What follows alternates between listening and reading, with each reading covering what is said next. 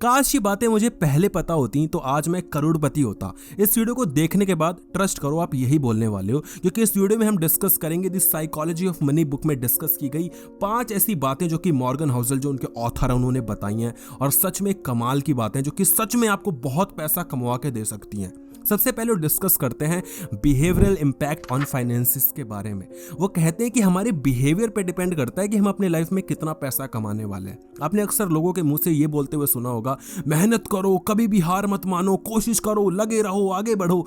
देखो ये सारी चीजें बहुत ज्यादा जरूरी है, मैं मानता हूं, लेकिन आपके बिहेवियर पे भी डिपेंड करती हैं चीजें। जैसे कि ऐसा एक लड़का जो कि बहुत अमीर परिवार में पैदा हुआ है तो उसके लिए पैसे की उतनी कोई बड़ी कीमत नहीं होती, वो 1000-2000 यूं ही दे देगा। लेकिन हम जैसा और आप जैसा लोअर मिडिल क्लास में कोई एक अगर इंसान जो पैदा हुआ है तो उसके लिए 1000-2000 बहुत बड़ी वैल्यू रखते हैं। अगर हम इन्वेस्टमेंट की बात करें तो लोग बोलते हैं इन्वेस्ट करो, अमीर बन जाओ, ये कर लो, वो कर लो। लेकिन एक ऐसा इंसान जिसके फैमिली में कभी स्टॉक मार्केट डिस्कशन हुआ ही नहीं था, वो कभी भी इन्वेस्टमेंट करना ही नहीं चाहेगा, और अगर करेगा भी तो लार्ज जो ब्लू चिप स्टॉक्स होते हैं उसमें इन्वेस्ट करेगा, रिलायंस में, HDFC बैंक में। स्मॉल कैप में वो कर ही नहीं पाएगा। लेकिन आप लोगों को बोलते हुए सुनोगे कि स्मॉल कैप में करो, पेनी स्टॉक्स में करो, 10 गुना रिटर्न, 20 गुना, 50 गुना। ये सबके बस की बात नहीं होती। ये वही बातें कर सकता है जिसके फैमिली में ऑलरेडी स्टॉक मार्केट में लोग डिस्कशन करते हैं या ऑलरेडी उसकी जो एक्टिव इनकम है वो बहुत ज्यादा है। तो हम किसी को जज नहीं कर सकते कि अगर ये इंसान गरीब है तो क्यों गरीब है। हम ये नहीं कह सकते कि उसने कभी मेहनत नहीं की होगी, और हम ये भी नहीं कह सकते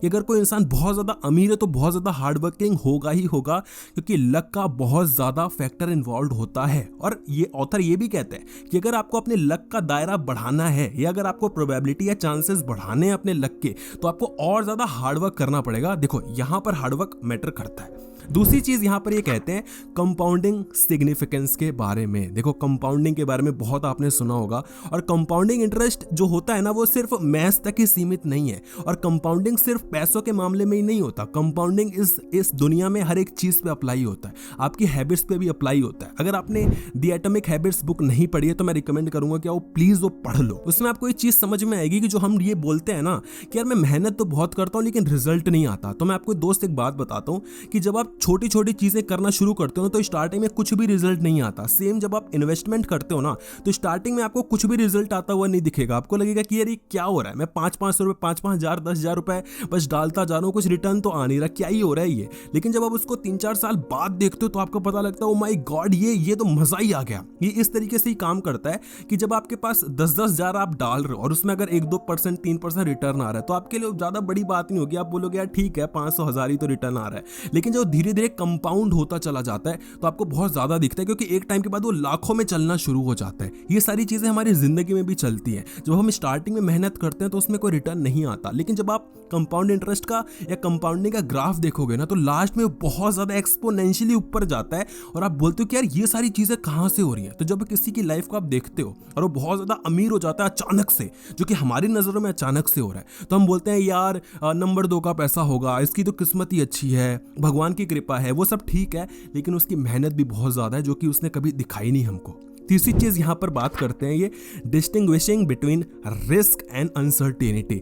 रिस्क और अनसर्टेनिटी 2 डिफरेंट चीजें हैं, और अगर आपको पैसा बचाना है, कमा तो लोगे ही, लेकिन अगर बचाना है और बढ़ाना है तो ये दोनों ही चीजें आपको समझनी पड़ेंगी। कैसे? पहले आपको ये समझना पड़ेगा कि रिस्क क्या होता है मनी के हिसाब से और अनसर्टेनिटी क्या होती है। तो एक एग्जांपल लेते हैं कि आप इन्वेस्ट करते हो मार्केट में। ओके, आपने इन्वेस्ट किया और आपने जोश में यहाँ पर एक शेयर लेते हैं, भाई रिलायंस ले लेते हैं। ठीक, आपने रिलायंस ज्यादा प्रैक्टिकल नहीं लग रहा क्या, चलो हम यहाँ पर ले लेते हैं रेडिको खैतान। अगर दारू वारू आप पीते हो तो आपको पता होगा, कोई रिकमेंडेशन नहीं।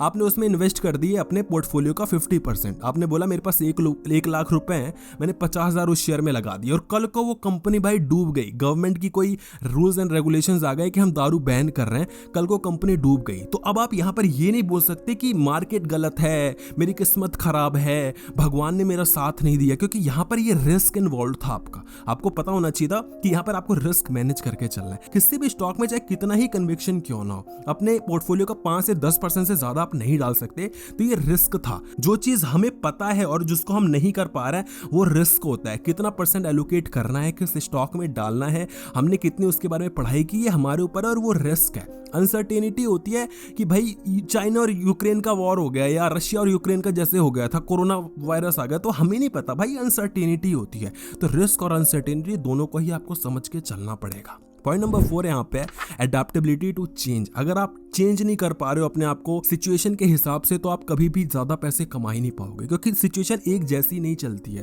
कई बार क्या होता है ना आपके लाइफ में कि आप बहुत मेहनत करते हो और आपको ज्यादा रिजल्ट नहीं मिलता है, लेकिन एक बार ऐसा भी टाइम आएगा कि आप ज्यादा मेहनत नहीं कर रहे हो लेकिन पैसा ही पैसा आ रहा है, आप कुछ करना ही नहीं पड़ रहा, आपके पास वैसे ही पैसा आ रहा है, मतलब जो छू रहे हो वो सोना बन जा रहा है। तो उस टाइम पे आपको ये समझना पड़ेगा कि सिचुएशन ऐसे ही हमेशा नहीं रहने वाली। आपने देखा होगा कि कई लोग होते हैं जो अचानक से बहुत पैसा कमा लेते हैं और सारा का सारा डुबो देते हैं।